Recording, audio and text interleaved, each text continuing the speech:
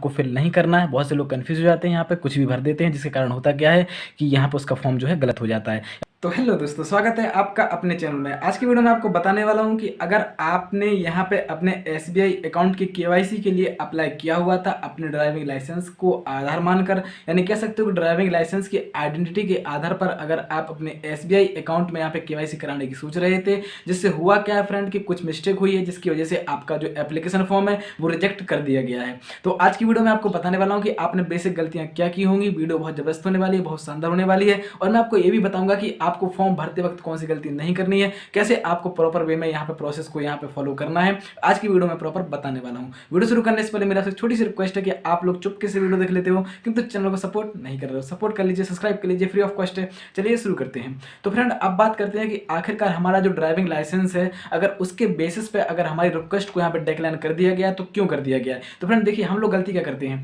जैसे मान लीजिए कि आपका ड्राइविंग लाइसेंस जो होता है फ्रेंड, आपको पता होना चाहिए जिले के बेसिस पे होता है कि मतलब किस जिले का आपने आरटीओ बेसिस पे अपना ड्राइविंग लाइसेंस बनवाया हुआ है। तो हर जगह का अलग अलग होता है। जैसे मान लीजिए कि जैसे लोकल ब्रांच यहाँ पे आपका झांसी का ही है, जैसे मान लीजिए, तो आपका वहाँ का ड्राइविंग लाइसेंस है, तो आपका झांसी में ही कोई अकाउंट होना चाहिए अगर आप उसकी केवाईसी कराना चाहते हो। ऐसा नहीं है कि आपका ड्राइविंग लाइसेंस जो है झांसी का है और आपका अकाउंट जो है लखनऊ का है। तो फ्रेंड यहाँ पे आपको यहाँ पे प्रॉब्लम हो सकती है, और यहाँ पे आपको साथ जो रिक्वेस्ट होगी वो आपने जो रिक्वेस्ट भेजी है वो भी डिक्लाइन की जा सकती है। अब बहुत से लोग सोचते हैं भाई उससे क्या फर्क पड़ता है, वो तो ड्राइविंग लाइसेंस है, कहीं का भी लगा दो। तो फ्रेंड मैं आपकी बात से पूरी तरह सहमत हूँ, लेकिन यहाँ पे एक प्रॉब्लम हो जाती है, बहुत ही एड्रेस का इशू। भाई एड्रेस आपके यहाँ का कुछ और पड़ा हुआ है और वहाँ का आपके अकाउंट में कुछ और पड़ा हुआ है, और जब वो वेरिफिकेशन कराते हैं, मैच कराते हैं, तो मैच नहीं करता है, जिसके कारण होता क्या है कि भाई आपकी जो रिक्वेस्ट है वो पूरी तरीके से डिक्लाइन कर दी जाती है। तो ये तो थी आपकी बेसिक समस्या। अब आते हैं अपने फॉर्म पर। जो हम फॉर्म फिल करते हैं उसमें भी बहुत सारी गलतियां करते हैं। तो चलिए बात करते हैं फॉर्म पर, चलिए शुरू करते हैं। तो फ्रेंड अगर हम यहाँ पे जो है ड्राइविंग लाइसेंस का इस्तेमाल करके अपने एसबीआई अकाउंट की केवाईसी कराना चाहते हैं, लेकिन हम यहाँ पे अपना जो अकाउंट फिल करते हैं जब उसमें कुछ गलतियाँ कर देते हैं,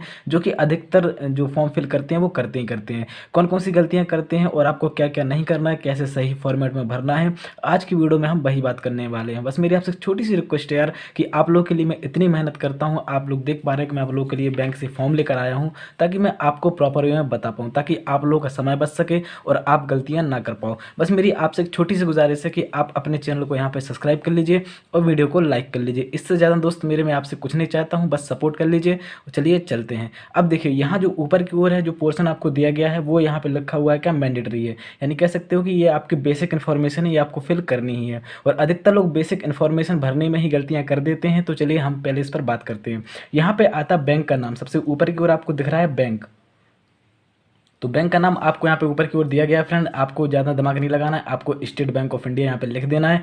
उसकी स्पेलिंग पर आपको फोकस करना है, जैसा कि आप देख पा रहे हैं स्टेट बैंक ऑफ इंडिया जैसा ऊपर लिखा है, सेम टू सेम आपको यहाँ पे लिख देना है। उसके जस्ट आगे आता है ब्रांच। अब देखिए ब्रांच में लोग क्या करते हैं, बहुत से लोग गलतियाँ कर देते हैं। अब वो सोचते हैं यार ब्रांच में कहाँ की डाल दूँ, कौन सी डाल दूँ, है ना। तो फ्रेंड आपको ऐसा नहीं सोचना, ज़्यादा दिमाग नहीं लगाना है। यहाँ पे आपको उसी ब्रांच का एड्रेस लिखना है जिस ब्रांच से आपने फॉर्म लिया गया, यानी कह सकते हो जहाँ पे आपका अकाउंट खुला हुआ है, एसबीआई अकाउंट आपका खुला हुआ है, वहीं का एड्रेस आपको फिल करना है। कहीं और का एड्रेस आपको फिल नहीं करना है। बहुत से लोग कंफ्यूज हो जाते हैं, यहाँ पे कुछ भी भर देते हैं, जिसके कारण होता क्या है कि यहाँ पे उसका फॉर्म जो है गलत हो जाता है। या फिर मान लेते हैं बहुत से लोग यहाँ पे स्टेट बैंक ऑफ इंडिया नाम ही डाल देते हैं बैंक का। तो भाई आपको ऐसी गलती नहीं करनी है, आपको आपकी लोकल ब्रांच का यहाँ पे एड्रेस फिल करना है, ठीक है ना फ्रेंड। क्या करना है, आपको यहाँ पे आपके लोकल ब्रांच का एड्रेस फिल करना है। उसके जस्ट आगे लिखा हुआ है डेट। देखिए अब डेट डालने में हम लोग क्या गलतियाँ करते हैं भाई, डेट डालने का मतलब क्या होता है कि जिस दिन आप ये फॉर्म जो है अपनी बैंक ब्रांच में सबमिट करो उस दिन की डेट हमको यहाँ पे फिल करनी होती है। लेकिन बहुत से लोग क्या गलती कर देते हैं, ये फॉर्म जैसे ही लिया उसमें तुरंत डेट डाल दिए। अब डेट डालने के बाद 4-5 दिन बाद क्या होता है कि वो फॉर्म फिल यहाँ पे फॉर्म जो है सबमिट कर रहे हैं अपनी बैंक ब्रांच में। तो यहाँ पे फ्रेंड हम लोग गलती कर देते हैं कि भाई आपको यहाँ पे उसी दिन का डेट फिल करना है जिस दिन आप ये जो फॉर्म है अपनी बैंक ब्रांच में सबमिट करो। ऐसा नहीं है कि आपने यह फॉर्म ले लिया और तुरंत इस पर डेट डाल दी, बाद में मेरे दोस्त कट्टा पट्टी करोगे तब भी आपका फॉर्म रिजेक्ट होने के ज़्यादा चांसेस होते हैं। अब आते हैं नीचे की ओर।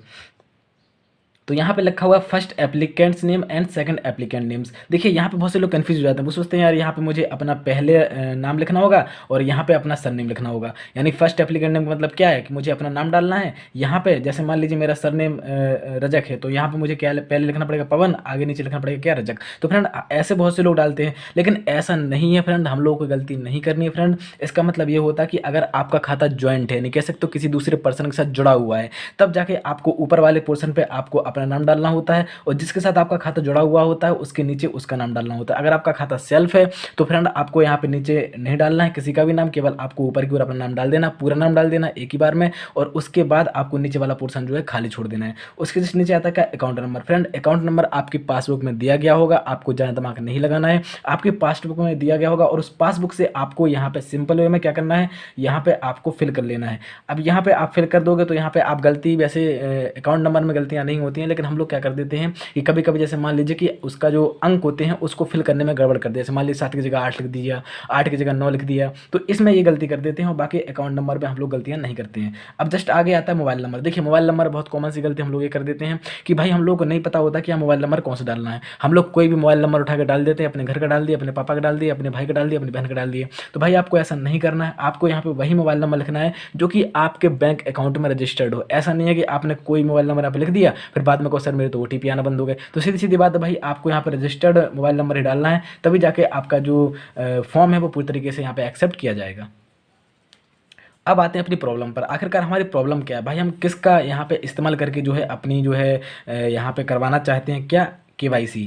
SBI अकाउंट की KYC करवाना चाहते हैं किसका इस्तेमाल करके, ड्राइविंग लाइसेंस का इस्तेमाल करके। तो सबसे पहले तो आपको यहाँ पे टिक करना पड़ेगा। बहुत से लोग यहाँ पे टिक नहीं करते हैं, पहले आपको यहाँ पे टिक करना पड़ेगा। क्या करना पड़ेगा फ्रेंड, यहाँ पे टिक करना पड़ेगा और उसके जस्ट आगे ड्राइविंग लाइसेंस पर भी आपको टिक करना पड़ेगा। अब देखिए थोड़ी सी ड्राइविंग लाइसेंस के बारे में हम बात कर लेते हैं। फ्रेंड ड्राइविंग लाइसेंस आपका लोकल एड्रेस का वहीं का होना चाहिए, यानी कह सकते हो कि उसी क्षेत्र का होना चाहिए जिस क्षेत्र में आपका ये अकाउंट है। यानी कह सकते हो जैसे मान लीजिए कि भाई मैं यहाँ पे झांसी पे रहता हूँ तो ड्राइविंग लाइसेंस आपका झांसी का ही होना चाहिए। ऐसा नहीं है कि आप लखनऊ का बनवा दिए हो या फिर आप महाराष्ट्र का लिए घूम रहे हो या फिर आप MP का कहीं का लिए घूम रहे हो, तो ऐसा नहीं करना फ्रेंड। आपको यहाँ पे क्या करना है, जहाँ पे आपकी बैंक ब्रांच है वहीं का लोकल आपको ड्राइविंग लाइसेंस लगाना पड़ेगा। क्योंकि यहाँ पे बहुत से लोग कहते हैं यार उससे क्या मतलब, हम तो यार किसी कहीं का भी ड्राइविंग लाइसेंस लगा देंगे। तो फ्रेंड ऐसा नहीं होता है, हमको यहाँ पे फोकस करना पड़ेगा। वो ये कि यहाँ पे अधिकतर जो एड्रेस होते हैं वो डिसमैच्ड हो जाते हैं, जिसके कारण क्या होता है कि आपकी जो रिक्वेस्ट होती है वो डिक्लाइन कर दी जाती है, रिजेक्ट कर दी जाती है। तो इसलिए एड्रेस की वजह से आपका जो यहाँ पे जो आपकी रिक्वेस्ट होती है वो क्या कर दी जाती है, रिजेक्ट कर दी जाती है। तो इसलिए आपको लोकल एड्रेस का ही क्या करना है, यहाँ पे ड्राइविंग लाइसेंस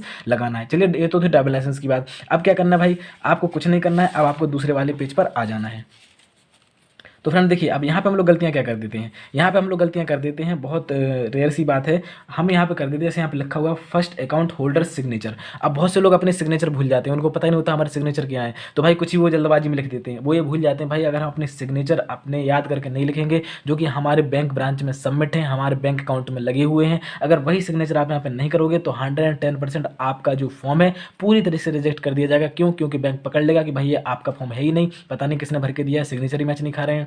और बहुत से लोग ऐसे भी होते हैं, मैं आपकी प्रॉब्लम समझता हूँ फ्रेंड, बहुत से लोग ऐसे भी होते हैं जिनको अपने सिग्नेचर याद ही नहीं होते हैं। तो आपका प्रॉब्लम नहीं लेनी है, आपका समस्या नहीं लेनी है फ्रेंड, आपको सीधे आपके ऑपरेशनल मैनेजर पर जाने हैं और आपको अपना बैंक अकाउंट नंबर बताना है और कहना है सर मेरे सिग्नेचर प्लीज़ मुझे बता दीजिए, मैं अपने सिग्नेचर भूल गया हूँ। तो भाई वो आपको स्क्रीन पर ले जाएगा अपनी आपके बैंक अकाउंट में, जब सबमिट है आपको सिग्नेचर आपके बता देगा कि ये देखो ये है आपके सिग्नेचर, एक बार देख लो अच्छे से और ऐसे ही करना, ठीक है ना फ्रेंड। तो आपको देख लेना है और यहाँ पे आपको वही सेम सिग्नेचर कर देना है। उसके जस्ट आगे आता है क्या, सेकंड अकाउंट होल्डर सिग्नेचर। इसका मतलब ये है कि अब जैसे मान लीजिए, जैसे मैंने आपको स्टार्टिंग में बताया था कि अगर आपका खाता ज्वाइंट है, अगर आपका खाता ज्वाइंट है फ्रेंड तो आपको उसके सिग्नेचर लेना भी यहाँ पे कंपलसरी है। क्यों, क्योंकि उसकी मर्जी के बिना आप अपने अकाउंट में कुछ भी हेर बदल नहीं कर पाओगे। तो फ्रेंड अगर आपका ज्वाइंट खाता नहीं है, सेल्फ खाता, तो इस पोर्शन को आपको खाली छोड़ देना है। अब ये फॉर्म जो है आपका पूरी तरीके से फिल हो चुका है और मैं आशा करता हूँ फ्रेंड कि अब ये फॉर्म भरने में आप गलतियाँ नहीं करोगे। अब आपको यहाँ पे डॉक्यूमेंट में क्या क्या लगाना है, कुछ नहीं लगाना है। एक आपको ड्राइविंग लाइसेंस की फोटोकॉपी लगा लेनी है फ्रेंड, यहाँ पे आपको आधार कार्ड की फोटोकॉपी भी लगा लीजिए, अगर है आपके पास तो लगा लीजिए, नहीं है तो कोई दिक्कत वाली बात नहीं। लेकिन पासबुक की आपको कंपलसरी है, पासबुक की फोटोकॉपी लगा लीजिए, एक ड्राइविंग लाइसेंस की फोटोकॉपी लगा लीजिए और साथ में 2 फोटो भी पंच कर दीजिए। उसके बाद आपका फॉर्म जो है पूरी तरीके से कंप्लीट हो चुका है। अब आपको ऑपरेशनल मैनेजर के पास इस फॉर्म को क्या करना है, सबमिट कर देना और कहना है सर मेरी रिक्वेस्ट जो है यहाँ पे एक्सेप्ट कर लीजिए और मेरे बैंक अकाउंट की KYC कर दीजिए। तो कुछ ही समय में आपके अकाउंट की KYC कर दी जाएगी। ये बताना थोड़ा सा मुश्किल है फ्रेंड कि कितना समय ले लेगा, क्योंकि हर एक बैंक ब्रांच का जो ऑपरेटिंग टाइम होता है वो थोड़ा सा डिफरेंट होता है। एक कोई कंफर्म नहीं हो सकता है 24 घंटे में हो सकता है 1 दिन में हो सकता है 2 दिन में हो सकता है 2-3 घंटे में ही हो जाए। तो इसलिए आपको थोड़ा सा वेट कर लेना है। मैं आशा करता हूँ कि आज की वीडियो आपको पसंद आई होगी, वीडियो अच्छी लगी हो तो चैनल सब्सक्राइब कर लीजिए और वीडियो को लाइक कर लीजिए। Thank you so much.